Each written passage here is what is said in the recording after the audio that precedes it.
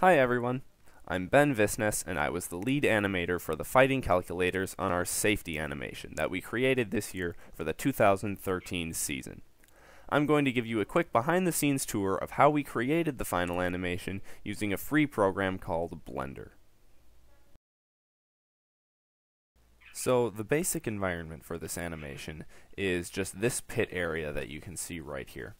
It's pretty simple. It's just 6 rows of identical pit frames surrounded by this seating arrangement. And then to make the environment a little more realistic, less sparse, I add in a lot of miscellaneous props and that sort of thing to just make the whole place feel more like a robotics pit area rather than just something, created in a computer.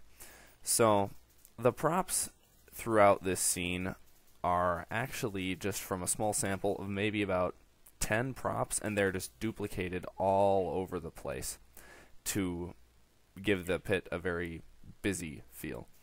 So, for instance, you can see that every single pit has the exact same folding table in it. Many of the pits have the same box, the same shelving unit, that sort of thing. And in fact, even the characters that are scattered around the environment, like this guy digging in a box and this guy working on a battery, I guess, they're all just duplicated poses, just put all over the place. So it really wasn't difficult to make this pit area more believable. It just kind of took some time to make sure that everything was laid out sort of randomly. There's no quick way to do it and still have it look natural. So the props themselves were created about half in Blender, like this table and the drills that you can see all over the place, and I apparently had too much time on my hands when I was making that thing. The other props were modeled by other team members using SolidWorks, our robotics team's CAD software of choice, and then I just imported those models into Blender to use. Things like these screwdrivers were created in SolidWorks. All the characters in the safety animation were really just duplicates of this one basic person model.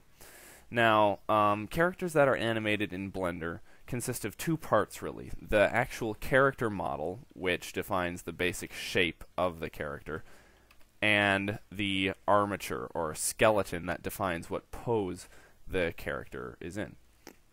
So you can see that if I switch the armature over to pose mode, I can move the individual bones in the skeleton to make the character whatever pose I want. So that's great for setting a static pose. And then the rest of animation really just comes down to setting keyframes and using those to make the pose change. So for example, if I set a rotation keyframe on these 2 bones at 0 seconds, and then move on to 1 second, adjust the pose, and add another keyframe, Blender interpolates between the 2 keyframes to make the character move from pose to pose. Hi! So the sparks that fly when this character is using the saw is actually a fairly simple effect to achieve using Blender, even though it's one of the most visually impressive effects in the animation itself. The reason why is that Blender has what's called a particle system, which, basically it's a way to make realistic animations using particles, and those particles can represent pretty much whatever you want. In this case, it's just random little spheres flying around, I guess. But for this animation, I actually just set up a small emitter object like this here. You can see that it has a curved surface in the front and in the back to fling particles out at high speeds, and then all I had to do was set a few other objects as collision objects, and voila, sparks flying off this guy's body. The final step in creating an animation is to render out the final image. Now, Blender has an awesome new render engine called Cycles, which is designed to give very visually accurate results with very little setup time. This is an example test scene that I created in Blender, and so this has a reflective material, this a glass, and this a simple diffuse. And this took me all of maybe 10 minutes to create. So it makes it very easy, and I use these same techniques in the actual safety animation. So you can see, for instance, that when I switch to rendered mode, after a little bit of processing, this scene is more complex than the test scene I did. But after a little bit of processing, you can see that it's taking all the lighting and everything in the scene and producing a much more photorealistic image, and you can see each individual spark lighting up the scene.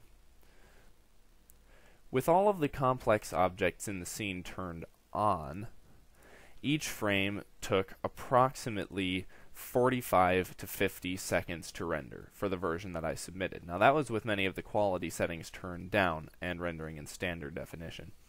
After re-rendering everything in HD, each frame took approximately 7 minutes to render, which meant that a single 8-second clip could take up to a full 24 hours to render, considering how many frames were in one segment of the animation. Well, there you go. That's a quick tour of how we created our safety animation. I hope you enjoyed it, and we'll see you at the competitions.